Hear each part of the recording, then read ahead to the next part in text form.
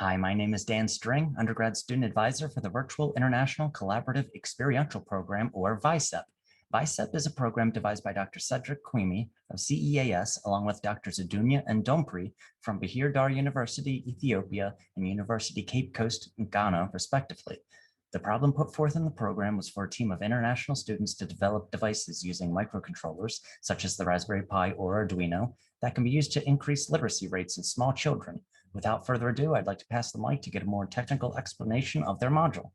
So the goals for our group was to develop a model that would teach kids how to read, write, speak in various languages. And the objective we employed doing this is, as we can see below, the first is to build a hardware device for learning, create code for sensors to operate the device, create code for LED metrics to display words, letters, and numbers, and also to create audio outputs of these words, letters, and numbers. And the method we chose to facilitate this project was engineering design method and also the standard engineering project management tool. So the emphasis of our project was who would be able to purchase this device, who would this device be available for the poor, and is the device simple to operate and easy to use. And with the management of our project, this is how we went about it. We use Slack to manage our communications and share documents. We use Zoom for our meetings, and then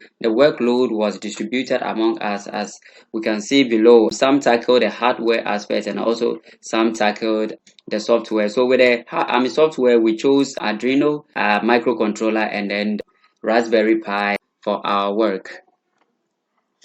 The definition. So how do we assess the success of this work that we're doing? So when we are able to turn on the LED and display letters, words, and numbers, and also play the sound that goes with it at the same time, then we can determine, or we can ensure that we can be assured that the work, what we've done has worked. And how do we test our work? And that is testing the code is by running and verifying how the code works together with the sensors and all the various components connected to make this device work efficiently. So with the design process, we had a meeting. We brainstorm on how to go the components we will need, and then how to get them, and we proceeded from that point. So we came together, we built something, and with those who used the Raspberry Pi, that is how they went about it. They bought the LED matrix that has already been wired, and that is what we can see on our screen.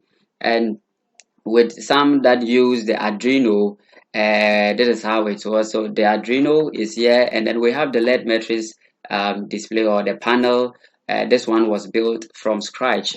And with the testing process, we found and corrected errors in the code and the hardware, documented components that we needed for the work, and we obtained them. One challenge we faced was that some of us did not have a lot of experience, especially with the hardware. So we got to the point of frying our LED because there was so much current going through. This is the Python code for the buttons. This is the Python code for the LED rectangle test, and this is the final test that will run running text on the LED matrix. So we found and corrected a few errors within the code and the hardware, and we documented some components that were needed for the design to work. There was a few things wrong with the LED matrix, but we've got that fixed, and that was just a small challenge we overcame. These are the skills that we learned while we're on the project, which included working with people around different parts of the world, working with the Raspberry Pi, working with LED matrices and electricity, and soldering. Some of the main challenges we faced were the time zone difference, since Ghana is 4 hours ahead of us, meeting up in person during a pandemic, learning how to operate the different pieces of hardware, and testing the code using Git.